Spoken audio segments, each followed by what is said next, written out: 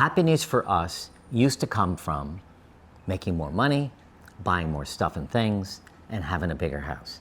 It's not like that anymore. Now in retirement, we've found it's most important to create happiness for yourself instead of buying it with money. But to be fair, does that make sense? It does. But to be fair, back in our days of our careers, and maybe in the days of your careers, it was all about goals, and it was all about metrics, and it was all about achieving the next title, the next job, the next move, the bigger team, the better project. So we were kind of preconditioned to tie happiness to those type of things. I think the transition for retirees, for people in this phase of life, is that you no longer have those things to tie it to. So you have to create your happiness, and that's what we're going to talk about today. Don't forget to download our health and wellness checklist, and you want to make sure you get on our email list, because Jody and I are going to start doing some live webinars starting in April, and that's going to culminate with doing a live coaching program in September, where we're going to actually take people through our 7 pillars in our entire newly devised, revised program. New created program. Yeah. So you have to be on our email list to find out about it. So please do that, because we can't contact you guys through YouTube. And if you start in September, we'll have you finished before the holidays. Yeah. How about that? We're excited about this. We hope you guys find some interest in it. So we have a client who worked with us in our mastermind, and he was a super successful business owner. And at the end of his career, he and his partner decided to sell their business, and they did it for a great bit of money, gonna have both families set for life, and they were doing fine. He came to us because he no longer knew how to measure his happiness. Right. It was all around growth or sales or new clients and all those things for all his years. All the things that you and we know about in career life in terms of goals and metrics. What he found, actually, when the war between Russia and the Ukraine started, was he found a minister that was going to the Ukraine to deal with the children who had nowhere to go. And for some reason, he said he was going. Yeah. And he picked up and he went to the Ukraine in the middle of the war and housed and fed and read to and supported children from the other side of the world. And he came back realizing those years of happiness that he had during his career and making money and all that paled in comparison to his new way of finding happiness, which was really giving back. Right.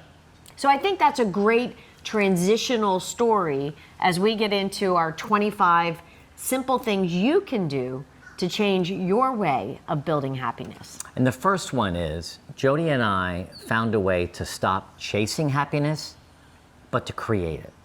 And when we go through the other 24, you'll see some of the things that we're doing is a way to create happiness for ourselves. And when we were, like you said, when we were working, I mean, I remember starting out at the age of 21 working for my dad. That was a long time ago. And I'm 68, so what's the math on that? It was a long time ago. That's 47 years ago. My first paycheck, I remember. And before that, I had a paper boy route and all of that.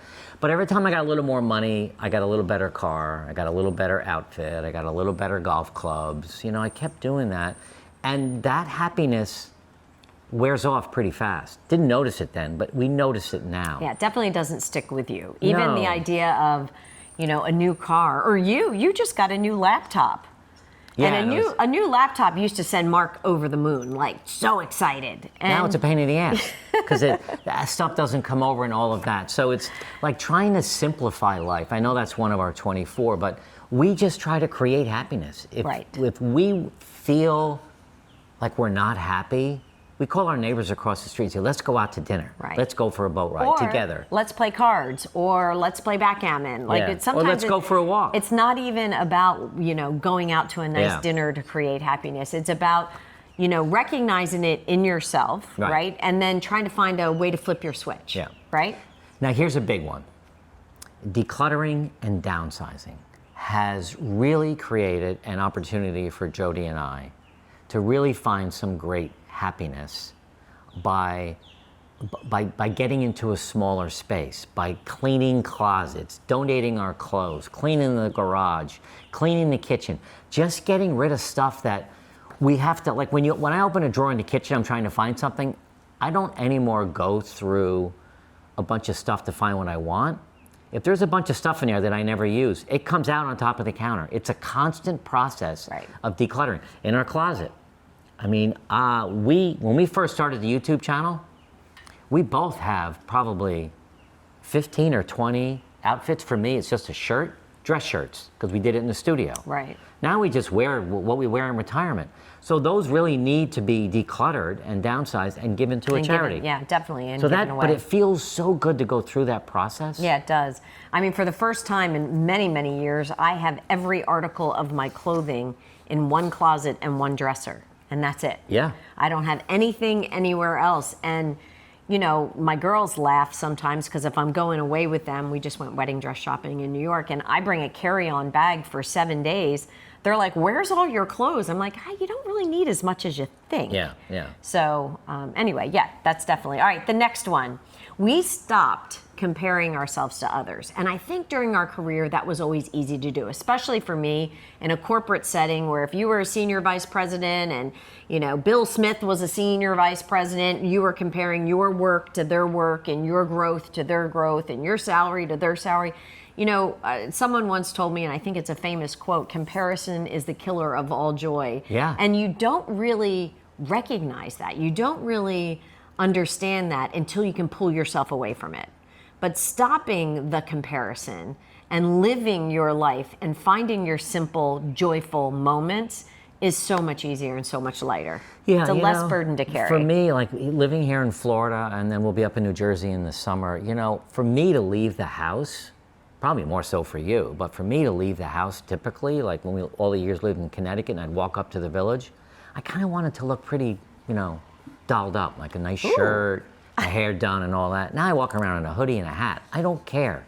I don't need to look like someone else. I don't need to prove anything to anybody. I'm just happy being me. Right. Is that fair enough? I think that is fair. Okay. We created, this is number 4, I think. We created a morning routine, and I'm gonna go past the word routine. We both have what we now call a morning ritual that sets our 100%. day and really keeps us happy and on target. And if we miss it, it actually used to get us a little screwed up, but now it's not, because our day isn't the same, but we don't get so upset about it. I think that's the other part of being happy and simple, is like, we don't have to be perfect. I know that's one of the 7, but this morning ritual that we each have bulletproofs our day. Well, it Wouldn't you does, say? and I mean, I would agree with you. However, having just traveled for various different, you know, issues, health issues, fun issues, golf tournaments, having just traveled for 3 weeks and not having been in my morning routine, I don't know if I would agree that it doesn't mess me up a little bit when I don't have it. And that's not to say you can't create an on-the-go routine, which is my next version of my morning routine that I plan on creating. Because I'm so rooted in my morning rituals here, and when we get to New Jersey, I already have those all planned.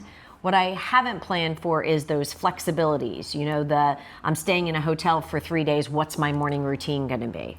So I haven't planned that alternative routine, but I find a lot of joy in my morning rituals. And I think the point, as we're talking about this, the happiness part comes from the fact that when we go to bed at night, like I've laid out my clothes for the gym. I know I'm gonna read the Bible. I know I'm gonna do some journaling. I know I'm gonna go to the gym at 4:45.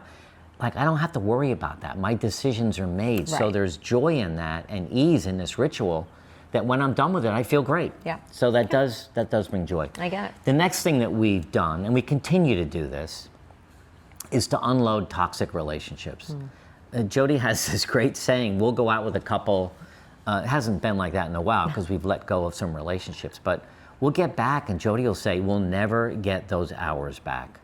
So we're getting really good at practicing what we preach, because in our retirement course, we talk about the 3 types of friendships. Friends you invest in, friends that you maintain, you see them twice a year, that's enough.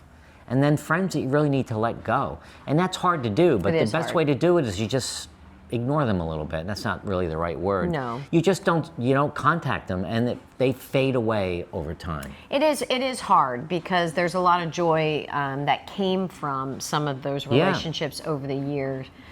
I think the parallel you have to draw is, does that relationship and do those same activities or joys still fit in to where you are today? Right.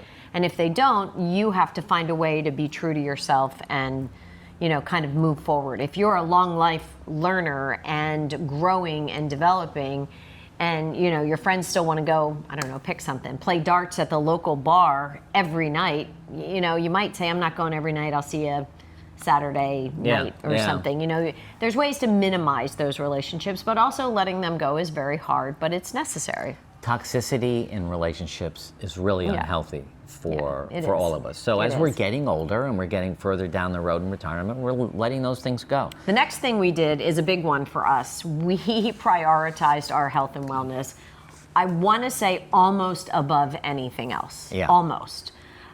Certainly some things get in the way now and then, but it's a rare occasion where we're not up in the morning as part of our morning ritual, out the door, working on our health and wellness. Comparing our sleep numbers. What can we do? What could we have done differently last night to get better sleep? I'm not sleeping well now at all. I have sleep apnea. Right. Apparently, I've been to the doctor a couple times. It's a light version. Light version. I have sleep apnea light. It's not a really bad case. It's a mild case. Mild. But I still have the machine and the face mask, and it's keeping me up. So I'm trying to figure that out. But sleep is so critically important. Yeah. Probably one of the number one things as you age is getting enough sleep, that we're obsessed with it. Is that a good word? Yeah. I mean, and I think that's okay, because we wanna have a long health span. There's a difference between a lifespan, which how long do you live, and a health span. How long do you live healthy? And we're really want to make sure we have a really long health span. Okay. Another thing we're doing now to make ourselves happy is stop overthinking everything. I mean, we used to obsess over what time do we go to dinner, where do we go, whatever. Who are we going to call for dinner? What are we going to do? I can't think of some other things we obsessed over because we don't do it anymore. We just kind of go with the flow. And that's... You're better at that than I am. So... you're more of a planner. So I'm definitely a planner. We have 6 kids. They have 6 partners, and we have 2 grandkids. So for someone just to willy-nilly say, hey, let's all get together. It's the week before Thanksgiving. Are you guys available? It's not going to happen.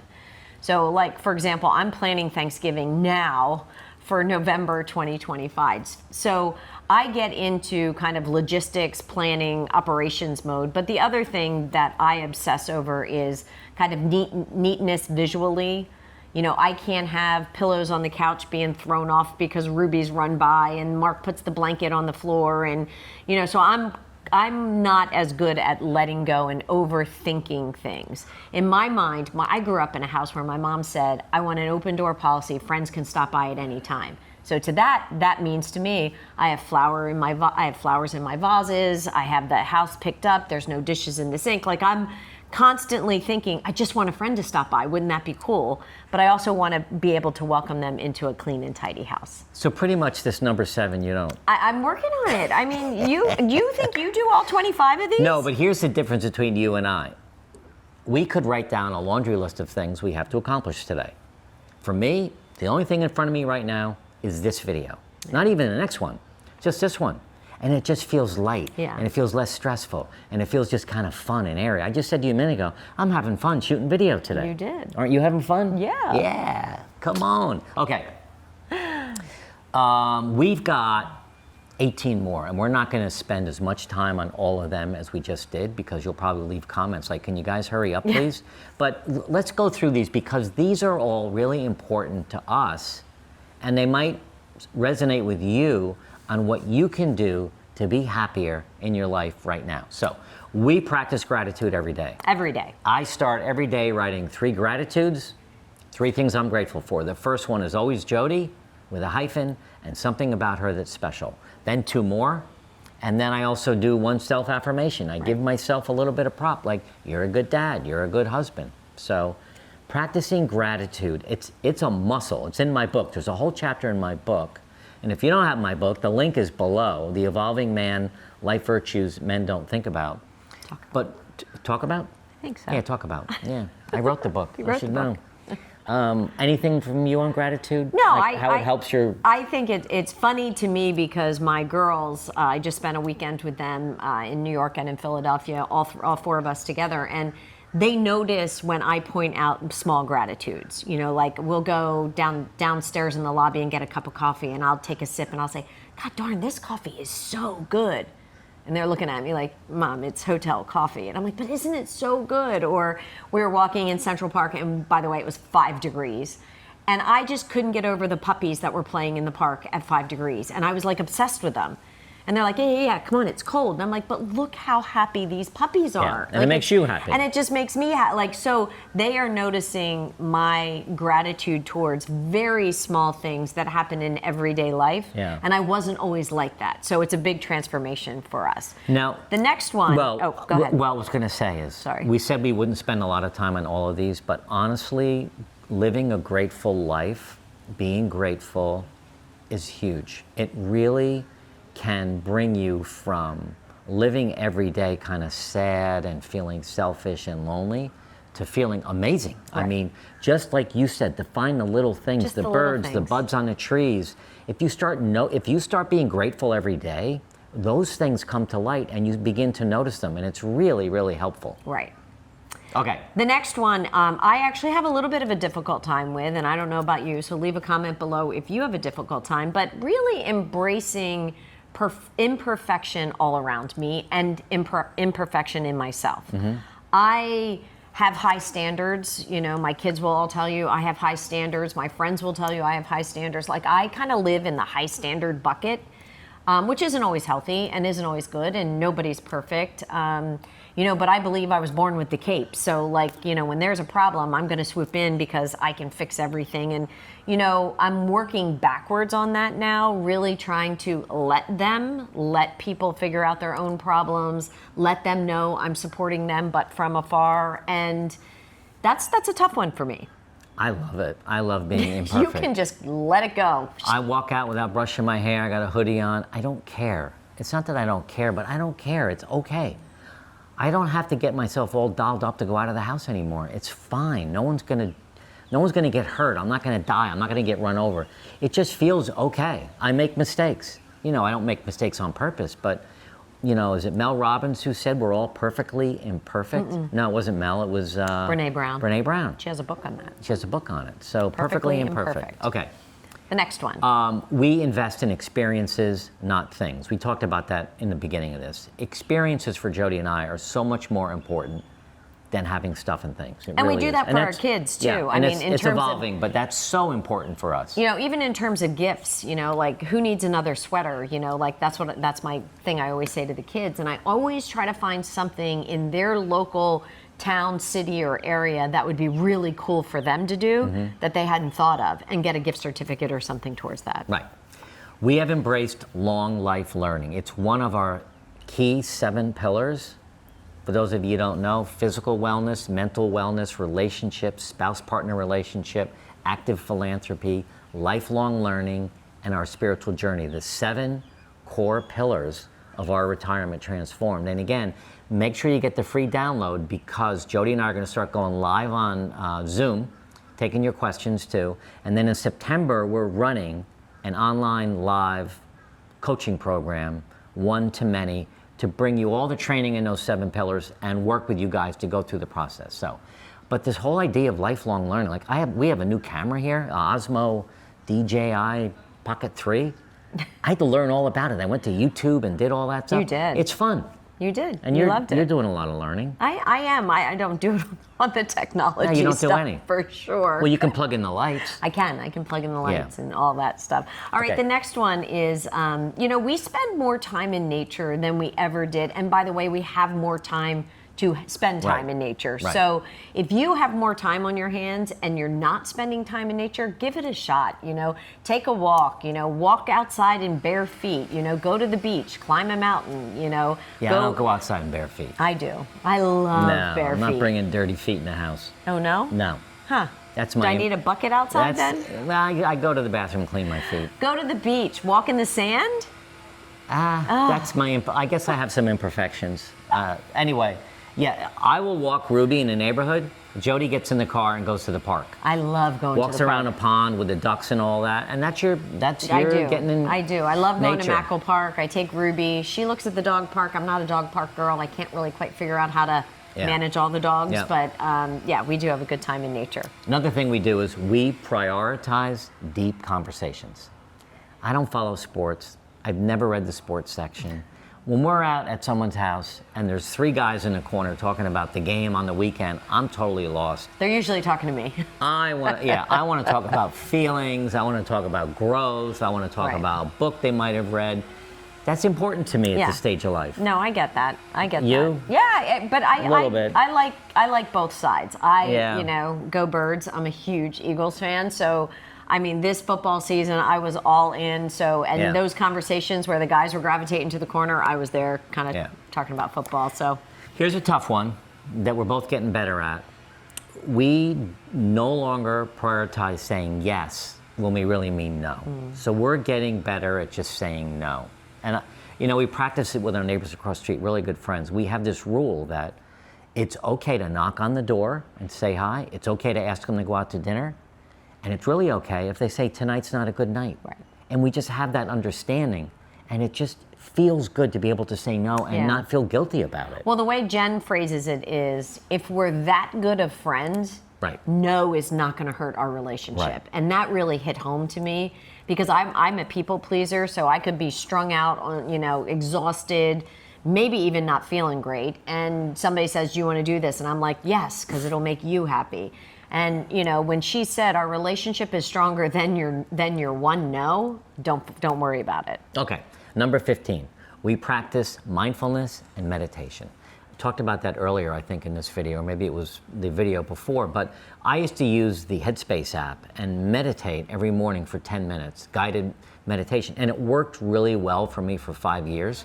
But now that we have our spiritual journey as our 7th pillar of our retirement, reading the Bible every morning is my form of meditation. And I love it. And it really brings me joy. I really get excited about the opportunity to read that every morning.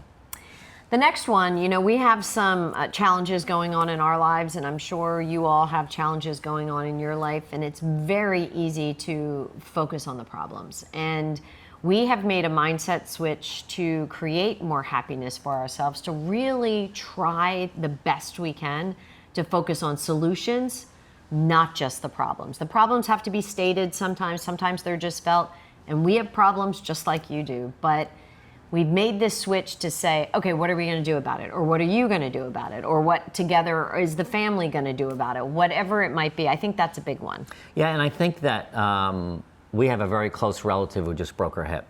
And there's definitely a list of things we could be stressed over and complain about and worry about. Instead, we just said we need to do this. Here's the first thing we need to do. Here's the second thing we need to do. Here's the third thing we need to do. And just go through the process of helping the family go through the process without really making it a big thing. Right. The next one is we've found a way to, and Mark is much better at this than I am. I don't know whether that comes with age or just how you're wired, but letting go of grudges and being more forgiving. My spiritual journey is helping me with that a lot as I read the Bible and I read about Jesus and the New Testament and this whole idea of forgiveness and being forgiven of your sins, and you can't be perfect, and I am getting better at it, but it's something I have to keep top of mind. You kind of come by it more naturally. There was a saying growing up or in business, I'm a card-carrying member of the so-and-so club. I forget what it was, but it was kind of a line. But I'm a card-carrying member of the forgiveness club. I carry around in my pocket. It's kind of not, I don't really carry a card, but I forgive everybody. I mean, all of you want to leave a comment and it's nasty or whatever, fine. You're forgiven. I just don't let that come into my life where now, and in my book I talk a lot about forgiveness, the story of my dad when a bunch of salespeople left and started a competing firm. He never let go of it. He took it to his grave. Yep. And you carry that around for your whole life just isn't healthy. Right. So, no, I get that. I mean, I do get it. It's just harder for me for some reason, and I don't know if I need to go into therapy to figure out what happened to me as a child, but I don't know. I don't know if you have time for that. Wow. It could be a long session. All right, the next one is we have really worked hard at prioritizing sleep. So just like nutrition, just like physical activity, just like mental, health, and just like hydration, sleep really plays a big part of our life, and making sure that we are nourishing our body during our sleep hours so that our brain can get washed, our organs can get cleaned, we get good deep REM, we get good deep sleep, and Makes us happier if we get good sleep. it just provides us a better base for the next day. We have the Aura Ring. Yep. It's an app on our phone. First thing we do every morning, I come back from the gym, we sit here and have coffee for half an hour, 6 to 6:30, before Jody goes to the gym, and we ask each other about our sleep numbers. Right. And if it's a 92 or a 93 out of 100, it's great. Yeah. This morning I had an 82 and I had a warning that something's going on, and what is that warning? Did it? Signal. It's like a warning signal or something. Something's like a little major stress signal. stress or something. signals in my body. So I'm like, all right, what's going on? I got to fix that. But Yeah, absolutely. another one that we go in and out of this. Right now, I think we're in it, where we've gotten a lot better at laughing at ourselves.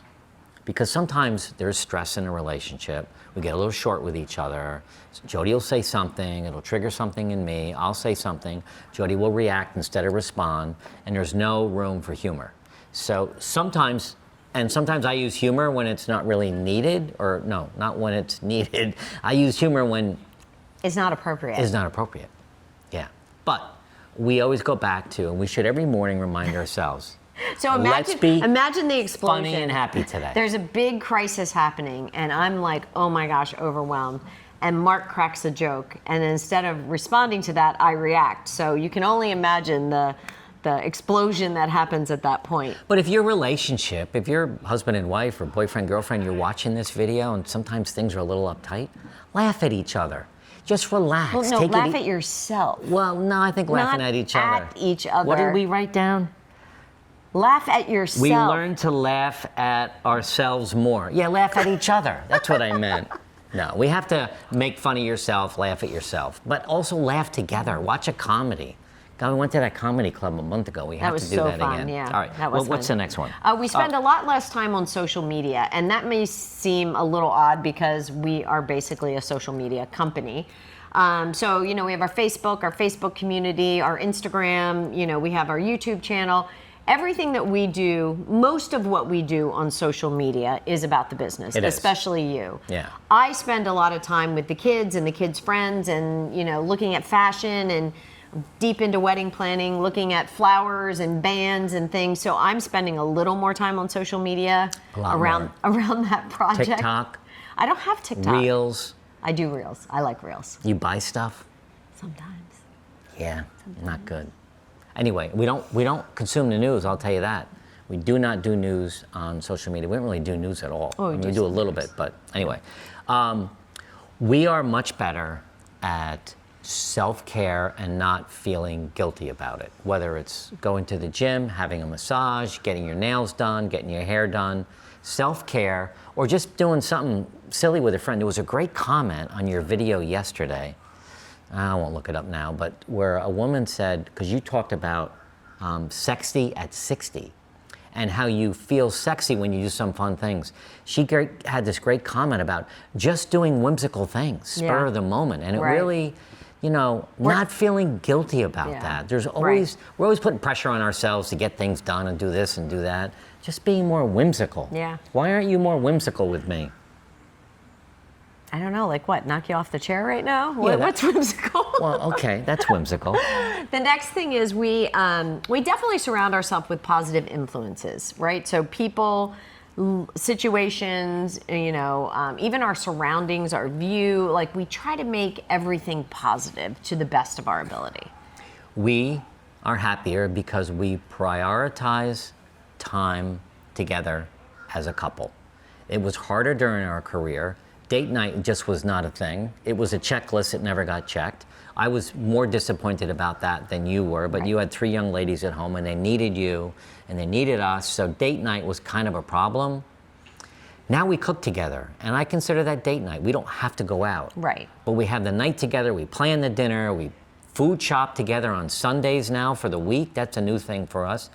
But we prioritize time as a couple where we don't let anybody in. You know, and that's probably the one thing that we're doing better at is also not letting retirement transform in on all of our couple time. all of our conversations All are of not our around this. conversations, because you know, when you're building a business and you're building subscribers Right. and you're building a following and you're trying to help so many people, it becomes all encompassing. Right. And we do try to carve out time like, okay, let's talk about something else. So during our careers, we rushed all the time. We rushed to the office, we rushed during the day, we rushed on the way home. One of us went food shopping, one of us started to cook and all of that. We have now learned to slow down. Just to say, you know what? Today, it's raining out, we're just gonna watch TV. We're gonna watch a movie. We're gonna pop popcorn and watch a movie. Or we're gonna Go I don't axe know. throwing. We went axe throwing recently. Yeah, I took Jody axe throwing. I wouldn't tell her where we were going. We should I should put a video clip up Oh of my that. gosh, that was hilarious. Yeah, so we did, I'm gonna give our YouTube editors, I think I have a video of you throwing the axe. You do? Yeah, I'm gonna put Did it in it there. stick? Axe throwing. Yeah, it's stuck. But, you know, it's just the idea of just slowing down. You know, Mark and I have a phrase, you know, if one of us, you know, we're both booking calls, right, all day long, trying to touch as many people as possible and grow the business. So, you know, I'll come back from the gym at 8. Mark's like, we have a 9, a 10, an 11, we have a 1, we can eat lunch at 12. I'm like, oh my God, we're jamming. We call it jamming.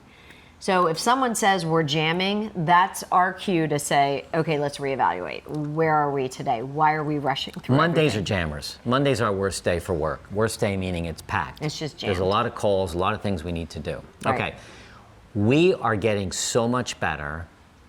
I don't think we'll ever perfect this, but just being in the present moment. It's like right now, all I'm thinking about is the words coming out of my mouth to you, and that's Right. it. I'm not thinking about the next 2 videos or lunch and all. Well, I'm thinking about lunch a little bit because I'm hungry, but really trying to be in the present. Right.